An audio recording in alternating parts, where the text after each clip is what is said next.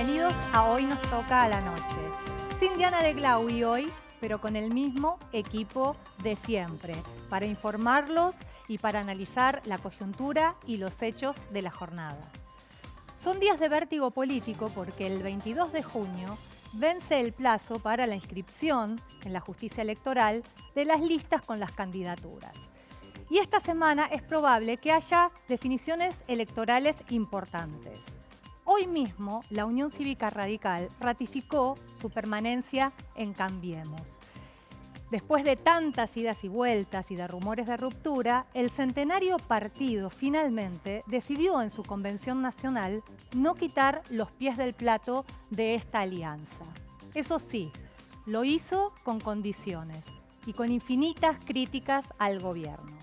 Igual en la Casa Rosada celebraron esta definición de sus socios y ahora los ojos del oficialismo se posan exclusivamente en Sergio Massa, o mejor dicho, en lo que va a hacer Sergio Massa.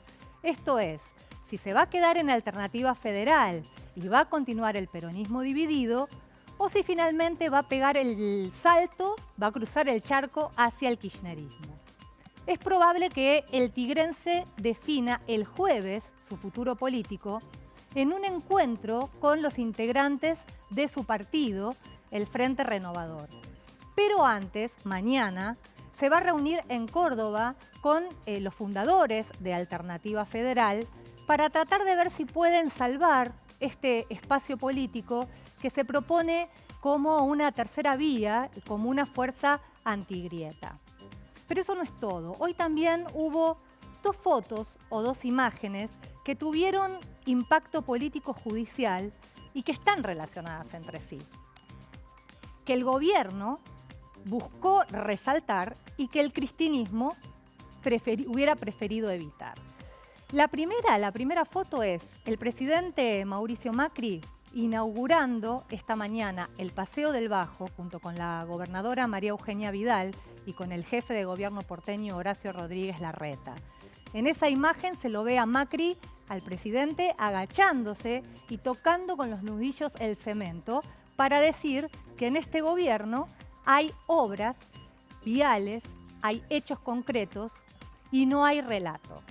En contraposición, la otra imagen o foto fue la de la expresidenta Cristina Kirchner sentada en el banquillo de los acusados en la segunda audiencia del primer juicio por corrupción que se le está siguiendo y que justamente tiene que ver con las obras públicas, el juicio sobre vialidad y el desvío de fondos que se hizo, se lo acusa, hacia Lázaro Báez en Río Gallegos.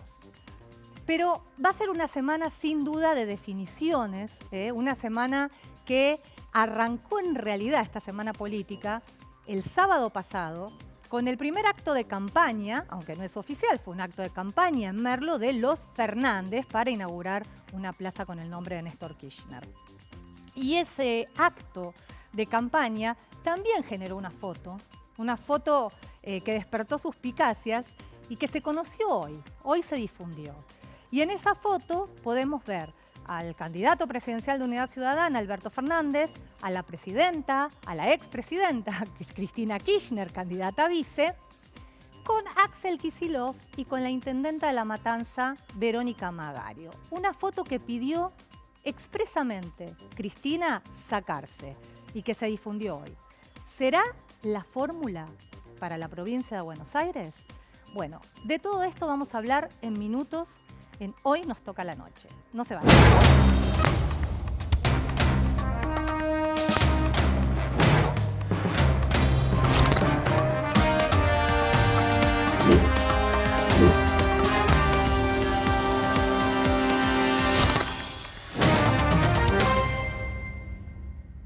Bueno,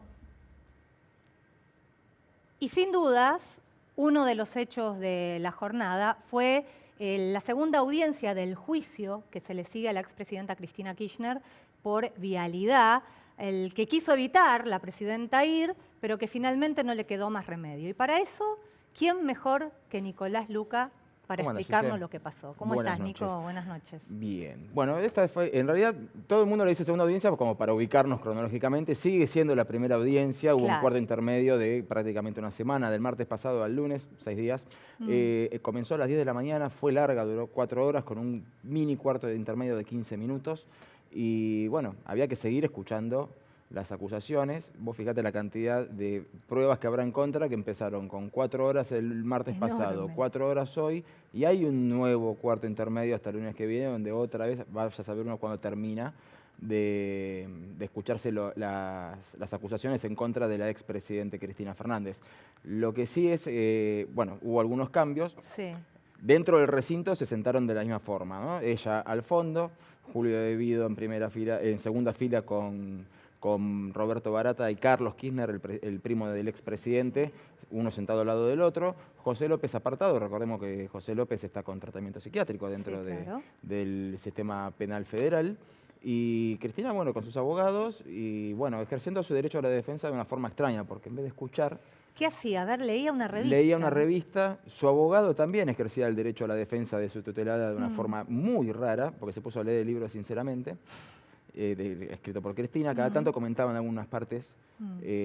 Fue largo, entiendo que sea tedioso, pero bueno, es el derecho a la defensa. Claro. Hubo algunos cambios atrás, esta vez no estaba Estela de Carlotto y Tata Almeida, sino que estaba Luis Faculió, Paula Barrientos, algunas referentes culturales, actrices, cantantes.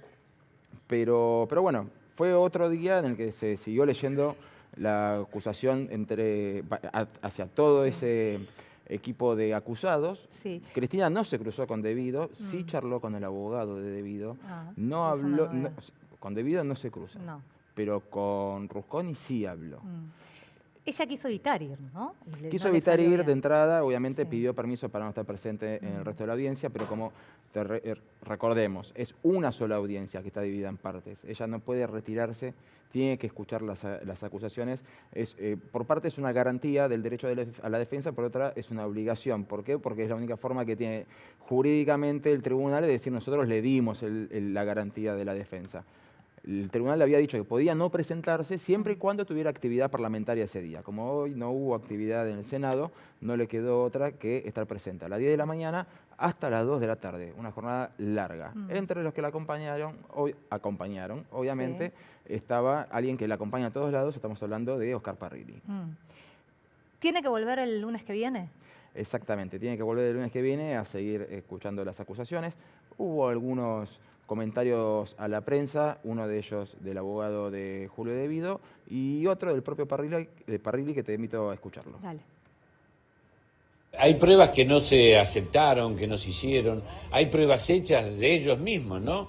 Una vergüenza total, como recién decía, sin un término jurídico, pero una verdadera paparruchada, una berretada lo que han hecho, que evidentemente hay una absoluta y una total persecución mediática y judicial contra los opositores políticos, ¿no? Bueno, y ya estamos para analizar los hechos políticos de hoy, el juicio y también hablar un poco de política. Y para eso tenemos un invitado. Está con nosotros Leandro Santoro, que es legislador porteño de Unidad Ciudadana. Bienvenido, Leandro. Muchas gracias por Vamos a empezar hablando justamente del juicio a Cristina y para eso lo invito a Nico, que es el experto, porque te va a hacer una pregunta. ¿Cómo andas, Leandro? Bueno, tuvimos más información ya sobre el final del día, pero bueno, a riesgo de sonar retórico, ¿cuál es por lo menos tu postura particular respecto de todo lo que estamos viviendo con el juicio, no solamente a Cristina Fernández de Kirchner, sino a Julio De Vido, Barata, bueno, en este caso De Vido, Carlos Kirchner, José López? Mirá, no soy abogado, pero te tengo que repetir los argumentos que escuché de la defensa de Cristina para explicarle un poco a la gente cuál es nuestra posición como espacio político en relación a este tema. En primer lugar, este es un juicio que arranca con una pericia de vialidad que encara el señor Iguacel cuando antes de ser ministro de Energía era responsable del ente y da bien.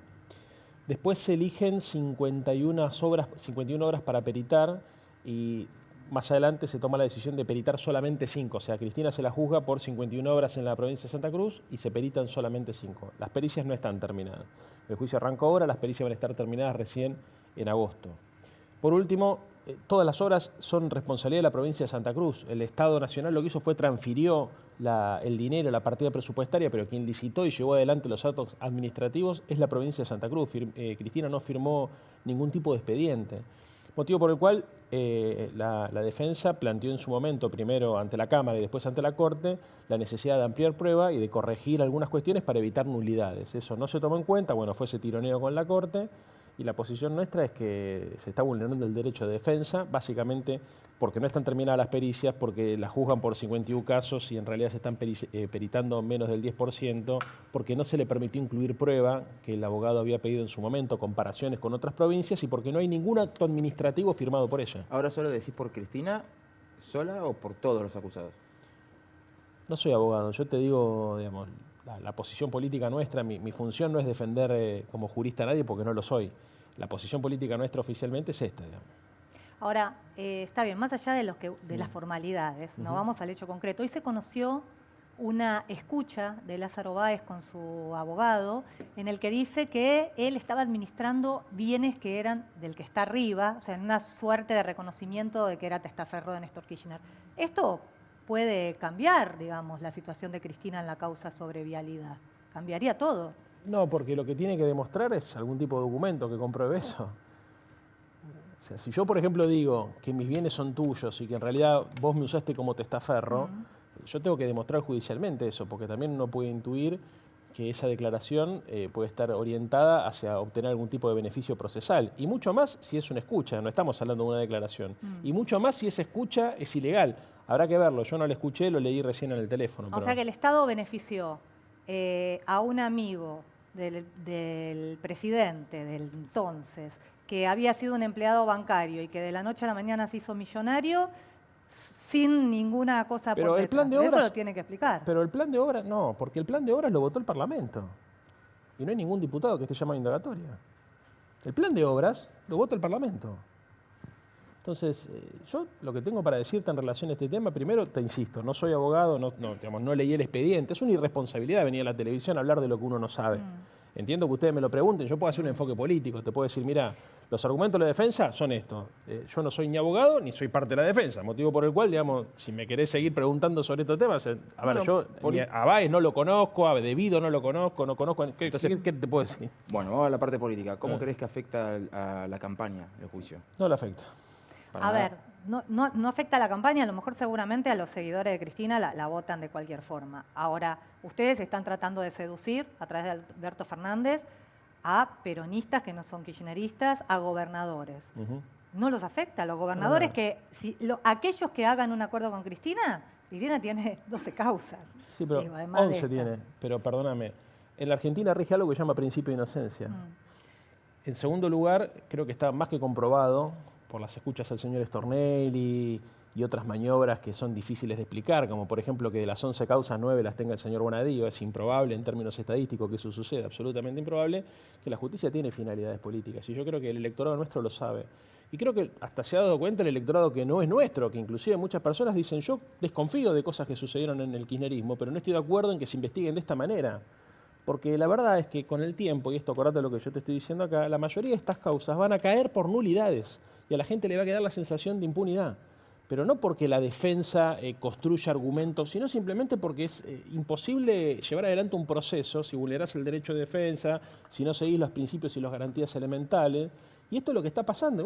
Bueno, vamos a ver cómo sigue el resto de los juicios, ¿no? Además, por supuesto... el resto de los juicios son una en general, igual, digamos, dólar futuro, el memorándum con Irán. Que las declaraciones de Alberto Fernández diciendo que los jueces van a tener que explicar o dar explicaciones no son muy... digamos, claro, o que buscan negociar o que buscan mostrar a un Alberto Fernández dialoguista, ¿no? Suena amenaza. A mí no me pareció amenaza. ¿No? ¿Y cómo lo explicás? ¿Qué significa que los jueces van a tener que dar explicaciones? Y mirá, a ver, si vos, por ejemplo, procesás a una persona por dólar futuro. Bueno, esa también es la causa más de verdad, quizás es la causa más política. Déjame terminar, porque hubo dos causas dólar futuro, y en una sobreseyeron a todos. Y cuando el juez instruye, pide una suerte de requisitoria, y resulta que ningún funcionario del gobierno anterior compró dólar futuro, Resulta que además es una operatoria que se usa habitualmente y los que compraron dólar futuro son los funcionarios del actual Pero gobierno. hay otras causas por corrupción. Otesura, Sí, hay un pero montón de causas por corrupción. Insisto con lo mismo. Vos me preguntás por qué Alberto Fernández hizo... Porque, a ver, una persona... Sí, pero vos podés nombró estar a todos convencida... los jueces, no nombró solamente Sí, pero- a los de la causa del dólar futuro. Insisto con lo mismo. Vos podés estar convencido que una persona es culpable, pero lo tenés que comprobar. Bueno, obvio, Ajustándote para a eso, derecho. claro. Bueno, ajustándote a derecho. Pero Yo para podemos eso- ir causa pero por la causa. justicia tiene sus tiempos. No estamos Y hablando su- de y tiempo, sus estamos hablando de procesos, nulidades y de vicios que son evidentes, que hasta personas que son críticas al kirchnerismo las subrayan.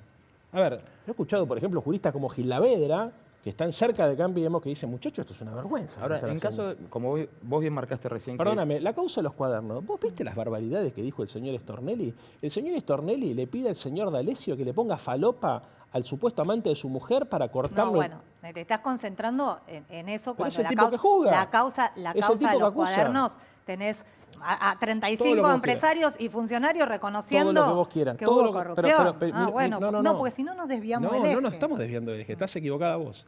Si el fiscal, que es el que tiene que acusar, por ejemplo, cuando la justicia lo convoca, en 4 oportunidades se resiste a ir, a comparecer frente a la justicia y no entrega su celular y se declara en rebeldía, Sí, bueno, hubo escuchas que se conocieron anoche en el programa de La Nata, ¿no? En donde aparentemente, según esas escuchas, pareciera que hubo una operación para involucrarlos. hubo una operación, esas escuchas son del 19 de enero. La extorsión se produce el 11 de enero y la operación de extorsión del señor Echeveres con el señor D'Alessio y con el señor Stornelli arranca en diciembre.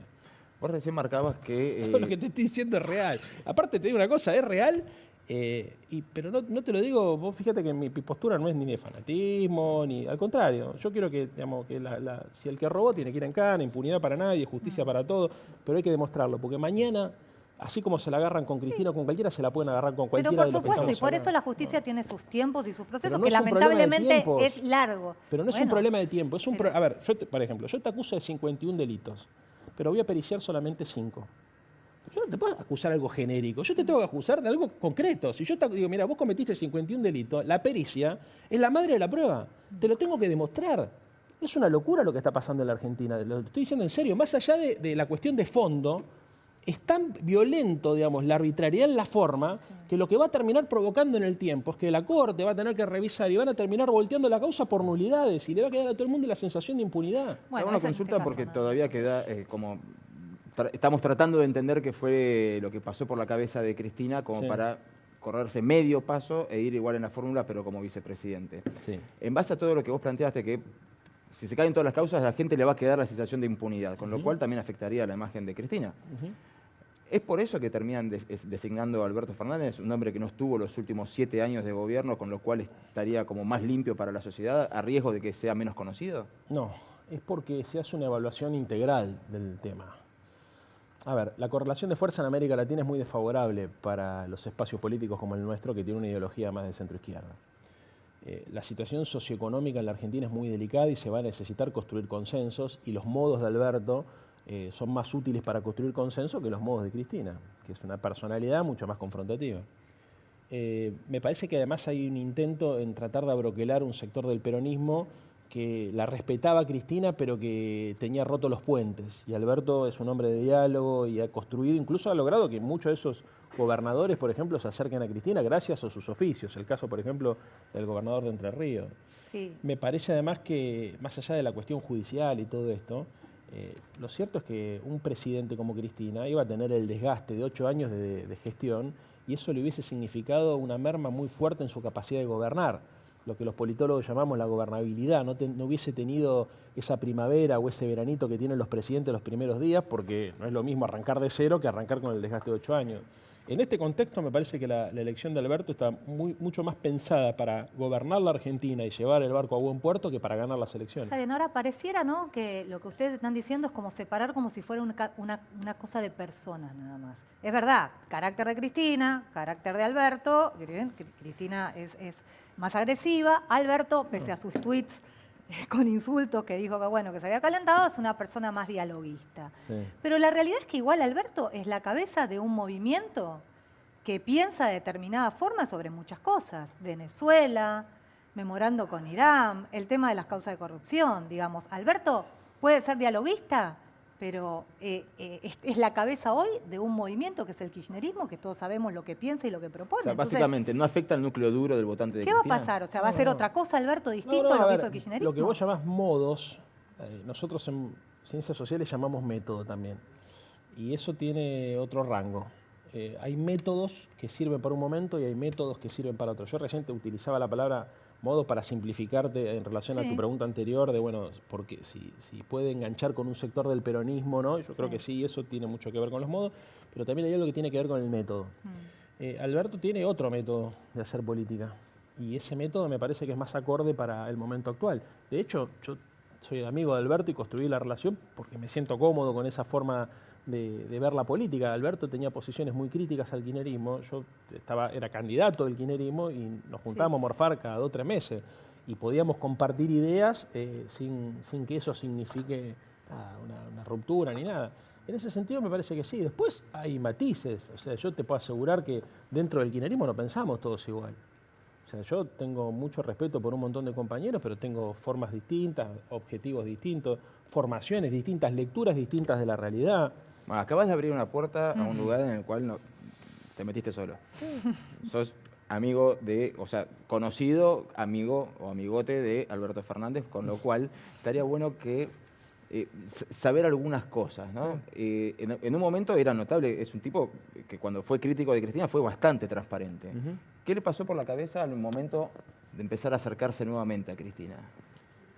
Yo creo que él viene viendo hace mucho tiempo la necesidad de unir a la oposición, porque además Macri hizo mucho para que las diferencias en la oposición se sinteticen, porque el gobierno es tan malo, se cae tanto la economía, la gente sufre tanto. Yo voy caminando por la calle desde hace mucho tiempo, la gente que me reconoce me dice, Leandro, por favor, únanse, déjense de joder con las contradicciones secundarias, vayan para adelante, necesitamos una alternativa. Eso por un lado. En segundo lugar, yo no puedo hablar por Alberto. Te puedo decir que es un tipo que ha tenido siempre la capacidad de ver en el otro algo positivo. O sea, pocas personas tienen ese don de incluir parte del argumento del adversario como propio. Y eso él lo ha hecho siempre. Cuando estuvo dentro del kirchnerismo, porque con Néstor me parece que un poco también su función era esa, y cuando rompió también reconociendo que había un montón de cosas con las cuales él coincidía y otras no. Y además tiene una virtud. Muchas de las cosas que él le criticó a Cristina, él las reafirma. Bueno, a ver. Bueno, perdón. Aprovechando ese espacio que vos nos abriste la puerta, te pido 1000 disculpas. No, todo bien, sí. ¿Qué esperan de Massa? Porque Alberto es un hombre que estuvo muy cerca de Massa. Mirá, la verdad, yo creo que si Massa se incorpora a este espacio, ganamos la elección en primera vuelta. No pareciera que fuera la intención de Massa. Y yo creo que es probable que no ocurra eso. Soy ni responsable de lo que estoy diciendo, pero creo que es probable que eso no ocurra, lamentablemente. Si me preguntás por qué, creo que a veces la vanidad juega un papel en la política más importante del que debería. Pero la verdad es que un tipo como Massa tiene muchas más coincidencias con la mayoría de los actores que están de este lado. ¿Pero qué ganaría Massa? ¿A dónde iría? ¿A candidato a gobernador? Él quiere ser candidato a presidente. ¿Cuál sería el negocio de Massa? De pegarse al kirchnerismo después de haberlo criticado tanto, ¿no? Porque también decíamos lo mismo con Alberto. La Cámpora 6, 7, 8 lo llamaban traidor. ¿Cómo se vuelve de eso? Digo, y Massa ahora, ¿cuál sería la ganancia de Massa? No, el problema es que pierde si se queda del otro lado. O sea, yo creo que el espacio de Alternativa Federal se desdibujó mucho. La convocatoria de Schiaretti a Tinelli y a Scioli, con todo lo que pasó después. Las idas y vueltas de Labaña es un papelón público, la verdad. Un tipo inteligente como Labaña, lo que hizo en los últimos 10 días, la cosa no se vio en ningún lugar del mundo. Qué día que no es, que después que es, que habla con Alternativa Federal, que rompe los lazos. O sea, ese espacio no tiene futuro. Yo creo que además Massa puede perder su electorado.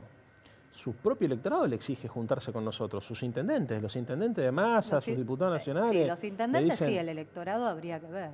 Bueno, los intendentes, bueno. Está bien, pero el intendente, cuando el intendente recorre el territorio, yo te digo, el caso de Zamora, por ejemplo, he hablado con funcionarios de él. ¿Viste? En Tigre, uno dice, bueno, en Tigre la gente vive bien, más o menos. Hay gente que vive muy mal en Tigre, que le está pasando muy mal, que la recesión le pega de lleno, y que le exigen al intendente ser parte de un armado alternativo. Entonces, no es solamente el dirigente aislado de su realidad. Tal vez el intendente sea la persona que más en contacto esté con las demandas del territorio. Entonces, si tus amigos te dicen, mirá, nosotros queremos confluir con este espacio, que es un Sí, espacio... o la demanda del territorio se quiere colgar de la lista que tenga más votos. A ver, tampoco. Sí, pero Digo, lo hoy podría hacer la igual. realidad es que de la oposición Cristina sigue manteniendo un núcleo de votos y el resto no. Bueno, pero es que lo Entonces podría no quieren hacer, perder. pero no necesitan Pero de masa para hacerlo, ¿entendés? está bien. Y Lo pueden hacer la igual. la foto que se difundió hoy con Axel y con Magari, ¿esa va a ser la fórmula en la provincia? ¿Cómo? Ojalá que sí, porque Axel es mi amigo, lo quiero mucho y me parece un gran cuadro político. ¿Y a Massa dónde lo ponen entonces? Bueno. ¿Se va a bajar de la candidatura Pero, a para ver, qué? pero hace mucho tiempo que se viene. Yo, a ver, te decía recién que cometí una irresponsabilidad en decirte que creo que probablemente no converja. A medida que pasa el tiempo, digamos, se hace todo más difícil. O sea, Alberto fue muy claro hace una semana, cuando se conoció la noticia de que él iba a ser candidato a presidente, hizo un llamado a la unidad amplia. Y faltan 20 días para el Y cierre. falta 20 días. En política muchas veces no se elige subóptimos. Ahora, vos surgiste en el radicalismo. Sí.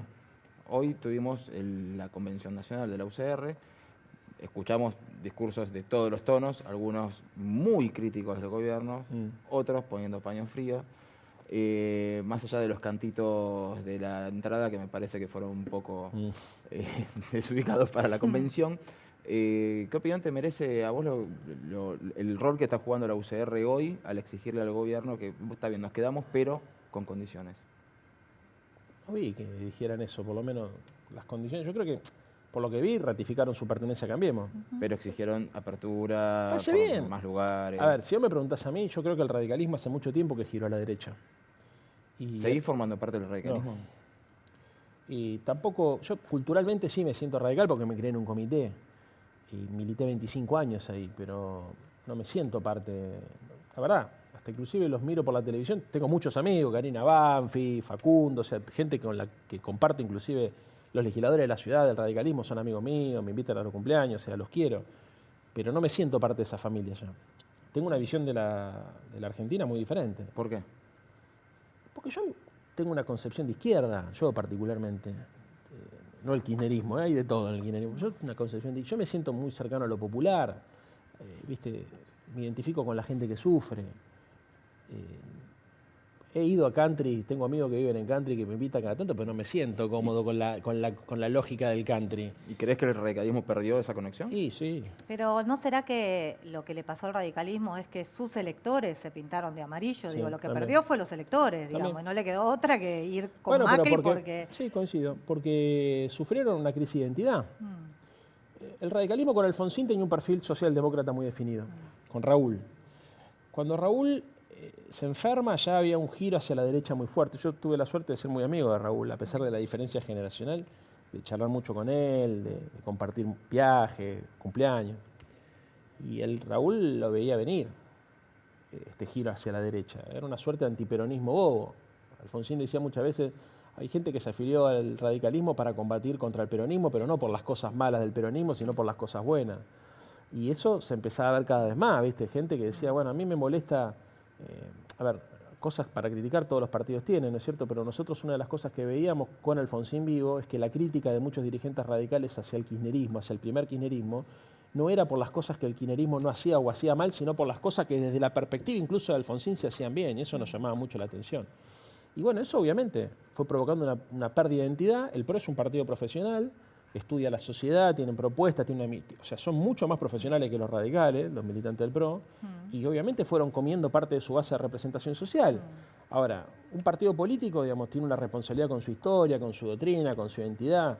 Alfonsín dijo en algún momento, si la sociedad se derechiza, preparémonos para perder elecciones. Bueno, el radicalismo en algún momento decidió que no quería perder más elecciones, que quería formar parte de una coalición de gobierno, porque entendía que el enemigo a derrotar era lo que ellos denominaban el populismo. Y yo creo que desde ahí se explica su adhesión al proyecto de Macri. Ahora, 3 años y medio después, creo que no hay ningún radical que esté contento con lo que está pasando. Pueden estar ahí porque no les gusta Cristina, porque no les gusta el peronismo, porque no están de acuerdo con la posición que tenemos algunos de nosotros. Pero nadie puede decir, muchachos, este proyecto le ha cambiado para bien la vida a la gente. Creo que todos nos damos cuenta que la situación es insostenible. Bueno, Leandro, te agradecemos la participación. Seguramente te vamos a volver a convocar Muy bien, en este yo año vengo electoral. siempre contento acá. Bueno, muchas gracias. Bueno, nosotros nos vamos a un corte y enseguida volvemos justamente para analizar lo que pasó hoy en la convención del radicalismo. No se vayan.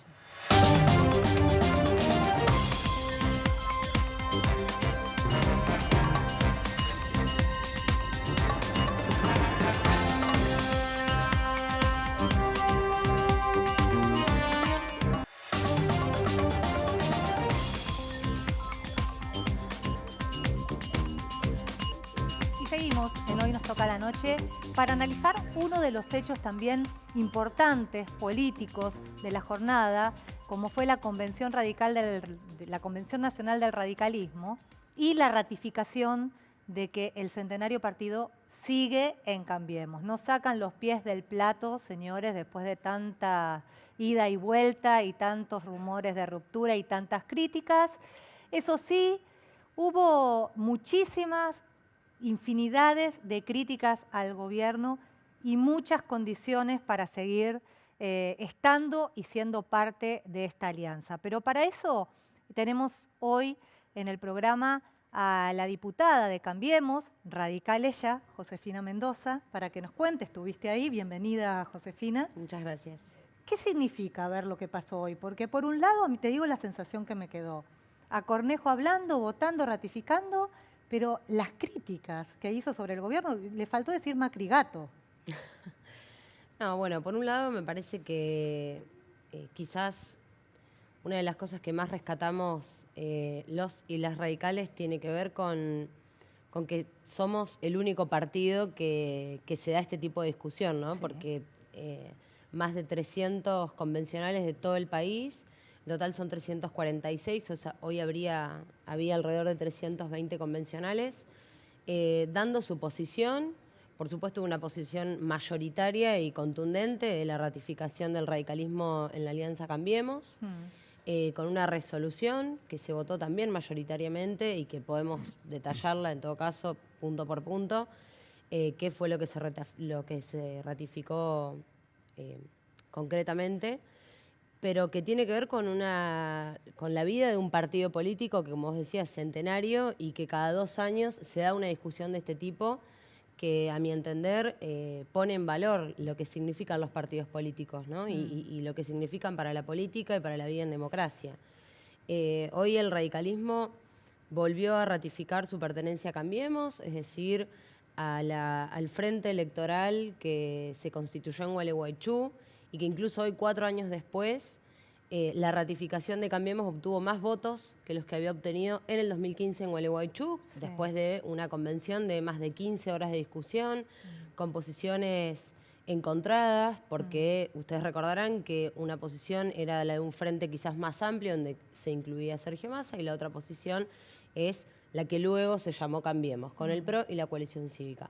Hoy eso se ratificó, pero también se crea una mesa de acción política, sí, compuesta por los 3 gobernadores del radicalismo y 3 miembros más que va a designar el Comité Nacional en los próximos días, donde la idea es que el radicalismo, a través de esa mesa, pueda consolidar, fortalecer Cambiemos y, por supuesto, discutir con el resto de los miembros de Cambiemos si existe la posibilidad o si consolidar y fortalecer Cambiemos significa sumar otros actores, si hay otros actores que están dispuestos a ser parte de este frente que hoy gobierna la Argentina y que, por supuesto, aspira a ganar las elecciones. Más allá de los actores que invita a sumar sin dar precisiones Cornejo, la pregunta es, ¿a qué juega Cornejo? ¿Qué es lo que busca Cornejo en un año en el que todavía no sabemos quién será el candidato a vicepresidente de la fórmula presidencial de Cambiemos?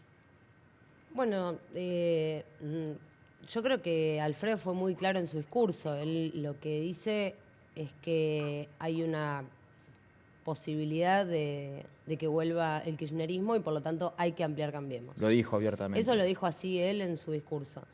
Lo que se vota en esa resolución y que la gran mayoría de los convencionales que estuvieron presentes ratificaron y ratificamos gran parte del partido, tiene que ver con que si tenemos que ampliar Cambiemos, eso debe ser discutido en una mesa de Cambiemos, ¿no? Pero no puede el radicalismo solo definirlo. Puntualmente para los radicales, ¿vos creés o sabés si el resto del radicalismo o gran parte del radicalismo dentro de Cambiemos comparte tu posición de que merecen un lugar en la vicepresidencia o más lugares en los ministerios? Mira, yo creo que está claro que muchas veces el radicalismo opinó sobre algunas definiciones que se tomaron desde el gobierno puntualmente de manera distinta. Siempre es una manera propositiva. Creo que está más que claro el trabajo increíble que ha hecho la Alianza Cambiemos dentro de lo que es el frente parlamentario, porque ha funcionado de manera muy impecable, se han trabajado muchísimas leyes muy importantes para la Argentina y siempre gobernando en minoría en la Cámara, ¿no? Con lo cual creo que eso es destacable. Pero también creo que es un momento en el cual todas estas diferencias y similitudes que se han tenido, las críticas que se han hecho desde el radicalismo, incluso la coalición cívica ha tenido sus críticas, hemos tenido diferencias y las hemos discutido. Ahora sí creo que hoy es momento de que como frente de gobierno, el PRO, la coalición cívica y el radicalismo nos sentemos también a pensar la Argentina que queremos seguir construyendo y donde, por supuesto, todos tenemos que tener la posibilidad de influir en esas definiciones. A ver, ¿quedó claro que Macri es el presidente, el candidato a presidente, perdón? ¿Eso no lo discuten? ¿O todavía está abierto y van a seguir pidiendo el plan B? Algún sector del radicalismo. A ver, lo que está claro hoy es que Macri es el candidato, pero también está claro que en esa mesa donde se toman las decisiones, y donde el radicalismo aspira a que tenga un funcionamiento mucho más continuo y donde podamos tomar definiciones, todas las partes que cambiemos, será donde haya que tomar la mejor definición, ¿no? Que tiene que ver con la vicepresidencia o en un momento alguien habló de las PASO. La verdad que eso lo va a definir esa mesa, digamos. Sí. Ahora, da la sensación de que el radicalismo jugó al truco pero sin cartas, digo yo, ¿no? Porque todo lo que pedía con cartas mentirosas, porque a ver, ¿qué candidato tiene, por ejemplo, para competir en una interna con Mauricio Macri? ¿O qué figura están pensando para que sea candidato a vicepresidente? Bueno, mirá, para agregarte a lo que vos estás diciendo, hoy la Convención del Radicalismo aprobó la paridad para los cargos o para la conformación y confección de las listas electivas, pero también hacia el interior del partido. A mí lo que me llama la atención es que cada vez que hablamos de candidatos y de vicepresidentes, nunca hablamos de mujeres, ¿no? Porque el radicalismo tiene un montón de mujeres. Pero, no lo digo por vos, lo digo por el partido. Pero lo que pasa es que a mí me parece justamente que el partido tiene un montón de mujeres, pero que no son conocidas. Digo, bueno, ¿qué dirigente? Digo, las dos de peso se fueron. Margarita Stolbizer y Elisa. No importa, pero hoy decime una dirigente conocida, es el partido, me parece, el que es un poco machista. El radicalismo es machista. La política todos es los machista. dirigentes que toman las decisiones, que se juntaron exactamente. el domingo en Alsina, eran todos hombres. Justamente lo que yo estoy diciendo es por qué el radicalismo nunca habla, cuando habla de candidatos, no piensa en mujeres. Cuando tenemos senadoras, tenemos diputadas nacionales, incluso senadoras y diputadas nacionales que no es que solamente se sientan en una banca y la ocupan. Tenemos diputadas y senadoras con excelente trabajo legislativo. Tenemos diputadas y senadoras con trabajo territorial, presidentas de comité. ¿Quién podría ser una candidata a la vicepresidencia? Bueno, yo no puedo aventurar nombres, pero tenemos una vicegobernadora en Mendoza, tenemos a Inés Brizuela, que es presidenta del comité en la ciudad de La Rioja y es senadora nacional.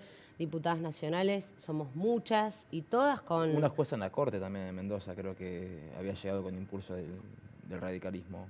Ay, puede ser, la verdad no... Ahí te gané. Ahí me mataste. Esto de la paridad de género en el armado de las listas, si encima hay que negociar con Cambiemos cómo vamos a intercalar las listas, se empieza a complicar porque hay que intercalar con otro partido, nos estamos olvidando encima de la coalición cívica y encima hay que garantizar la paridad de género puertas para adentro de la UCR. ¿Tienen en mente cómo van a hacer eso? Porque a mí ya me está doliendo la cabeza de pensarlo. Sí, a ver, creo que a todos nos va a pasar eso. No hay ningún partido que vaya solo a las elecciones. Todos vamos en distintos frentes. Es un dolor de cabeza, supongo, para los hombres sobre todo, porque es la primera vez que van a estar obligados a dejar esos lugares. Pero... Es que me refiero a que les puede salir mal. Por ejemplo, un diputado del radicalismo, Silvia Los Penato. Un candidato del radicalismo hombre y, no sé, Laura Alonso. Un candidato del radicalismo hombre y es como que les terminaría jugando en contra. Sí, en realidad yo creo que tiene que ver también con una necesaria renovación de la política. Te puede jugar en contra si había alguien con intenciones o que estaba trabajando para eso y bueno, y te dice, bueno, pero te toca a la mujer porque la negociación pasó el año pasado en la provincia de Buenos Aires con la conformación de las listas de concejales. Y también había un tema, ahí la mayoría se quejaba de que la ley hacía que el que perdía tenía que integrar, entonces siempre integraba el cuarto y era la mujer. Y bueno, pero las mujeres no podíamos encabezar las listas. Yo creo que es una discusión que se tiene que dar la política y que a todos los partidos nos va a influir de la misma manera. Por último, otro de los puntos que se piden, ¿no?, de condiciones es ampliar la base de Cambiemos. Y acá otra vez el radicalismo, ¿no?, pide cosas que pareciera, como te decía antes de jugar el truco, ¿a quiénes quieren proponer para ampliar la base de Cambiemos? Porque Labaña ya dijo que no, Schiaretti ya dijo que no, Urtubey dijo que no. ¿Qué es lo que están pensando? ¿Están pensando en un acuerdo ahora o están pensando en un acuerdo para el balotaje? Concretamente, ¿qué significa ampliar la base de Cambiemos? Bueno, ahí la verdad es que hay diferentes posturas. Somos un partido que nos caracterizamos por eso, ¿no? Algunos desde un primer momento, incluso la semana pasada, prácticamente una guerra mediática, creo, ¿no?, con diferentes posiciones. Algunos proponían diferentes actores puntuales para sumar. Se habló de algunos gobernadores. Otros, como quienes venimos de la provincia de Buenos Aires, e incluso yo más temprano estaba hablando con Daniel Salvador, que fue uno de los que también trabajó muchísimo para el fortalecimiento de Cambiemos, porque en la provincia de Buenos Aires lo trabajamos de una manera excelente, con idas y venidas, pero está fortalecido, está consolidado. Y con esas diferentes posturas, lo que se terminó de resolver hoy es, bueno, vayamos a la mesa de Cambiemos a discutir si estaríamos en condiciones de sumar a otros actores y, por supuesto, esos posibles actores tienen que estar dispuestos a sumarse, si no... Pero me parece sí que hoy, habiendo ratificado nuestra pertenencia a Cambiemos y más allá de las decisiones que se tomen que tengan que ver con lo electoral, lo que está claro es que hoy es momento de trabajar para resolver la cantidad de problemas que tiene la Argentina, para los cuales conformamos Cambiemos en el 2015, hubo cosas que no salieron bien, hubo cosas que sí salieron bien, y me parece que en definitiva el rol del radicalismo es sumar desde ahí y plantear desde un programa de gobierno cómo queremos seguir construyendo ese camino. Le hago la última, diputada, cortita, los cantitos, los que se escucharon al principio, el hit del verano, ¿de dónde vino? Los cantitos contra el presidente, ¿no? Sí, a ver, eso pasa siempre. En todas las convenciones yo no recuerdo ninguna en que no haya habido voces disidentes así, ¿no? Con gente que la verdad no está bueno, porque cualquiera que está hablando lo interrumpen en cualquier momento, o sea, ya ni siquiera se distinguía, si era uno que hablaba a favor o en contra, gritaban igual. Obviamente uno piensa en algunos actores. Bueno, Ricardo Alfonsín estuvo antes de que empezara la convención y se fue. No entiendo qué fue, pero hay algunos actores que no, o sea, que perdieron hoy la discusión y que obviamente había gente que estaba para gritar. ¿Se quedan igual en el partido o se van? No se sabe. Igual o sea, son algunos ya se fueron. Minoritarios, claro. Bueno, gracias Josefina gracias por haber estado en Hoy Nos Toca la Noche. Te vamos a volver a invitar. Bueno, vamos a una pausa y ya volvemos. Quédense.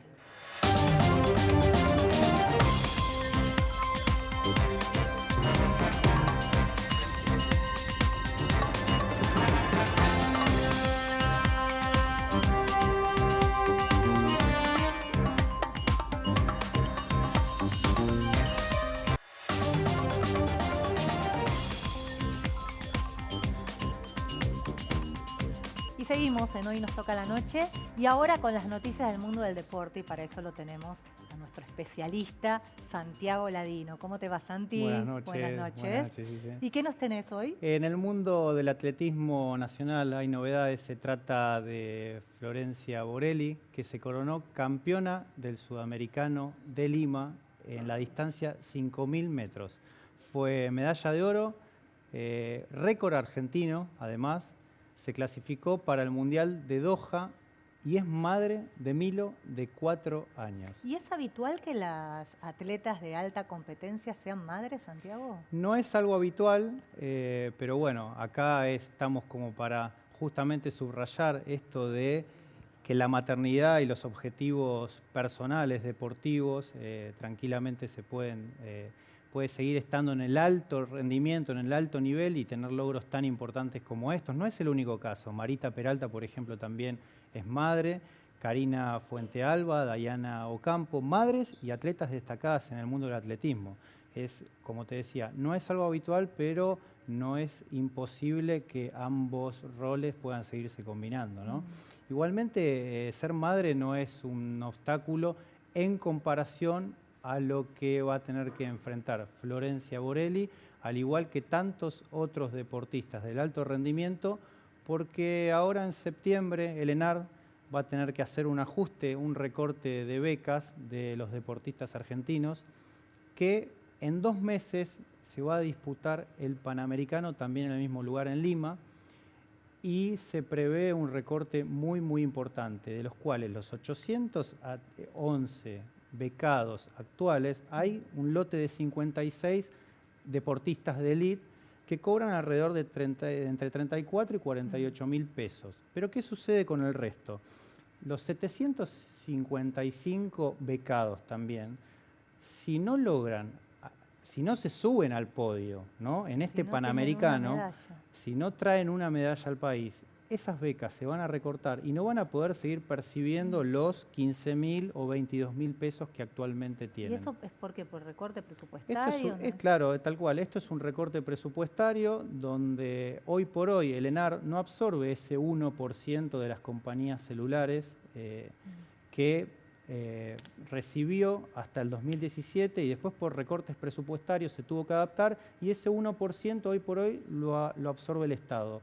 Y el Estado es el encargado de bajarles el dinero al deporte. Si te parece, vamos a repasar unos números que son muy, muy llamativos. Por ejemplo, cuando el ENAR administraba este 1% de las compañías telefónicas, en el 2017 el deporte recibió 740 millones de pesos. Si eso lo pasamos a dólares, sería alrededor de 43 millones de dólares.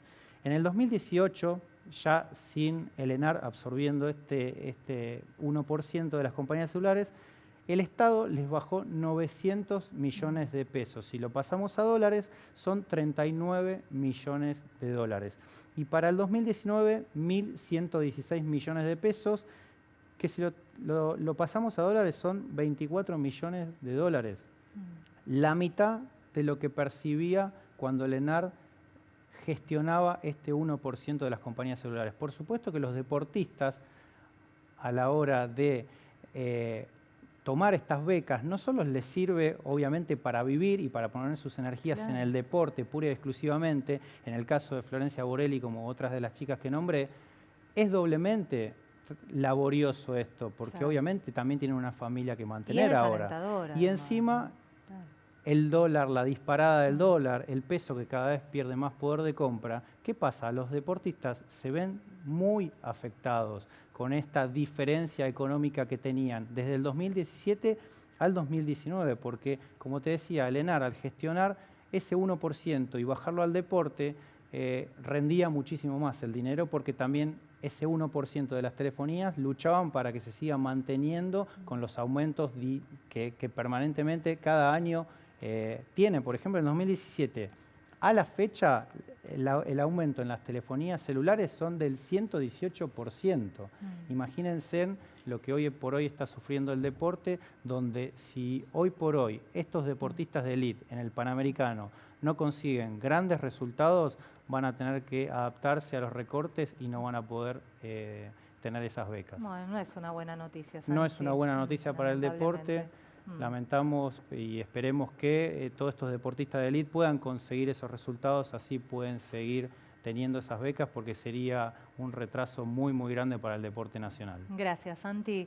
Y Nico, ¿qué es lo que no tenemos que dejar de saber qué va a pasar mañana? Algo que me trajo muchas satisfacciones durante el año pasado. Mañana se vuelve a presentar en el Congreso el proyecto de interrupción voluntaria del embarazo, lo que vulgarmente conocemos como aborto despenalizado y legalizado, aborto seguro, legal y gratuito. En un año electoral, un año que no va a avanzar demasiado, ya se sabe de antemano, es casi simbólico como se lo presenta, como para que no pierda estado para el año siguiente. Y mañana vamos a hacer un repaso acá, así que todos aquellos que tienen ganas de empezar a acordarse de mi familia, pueden esperar a mañana, que vamos a abordar el tema. De la mía también, ¿eh? No, sí, pueden esperar a mañana y acordarse mutuamente de nosotros y seguir juntando firmas para declararnos personas no gratas a alguna que otra provincia y demás cosas. Mañana se presenta en el Congreso de forma simbólica, pero de forma necesaria nuevamente el proyecto, que aunque no salga este año, es necesario que se vuelva a presentar y vamos a analizarlo. Sí, por supuesto. Bueno, y otro de los temas que seguramente vamos a hablar mañana tiene que ver con la reunión que se va a hacer en Córdoba entre los 4 fundadores de Alternativa Federal, como les contamos al principio, Sergio Massa, el gobernador Schiaretti, el gobernador Urtubey y Juan Manuel Pichetto se van a juntar en Córdoba para ver si pueden salvar a este espacio que se propone como la tercera vía, como una opción antigrieta. Veremos qué pasa también con La Baña, que ha tenido muchas marchas y contramarchas. En principio no estaba invitado, pero en la vertiginosidad de la información diaria y de lo que pasa en Argentina puede hacer cambiar todo para mañana, señores. Así que bueno, los esperamos, en Hoy Nos Toca la Noche, mañana a la misma hora. Gracias por acompañarnos.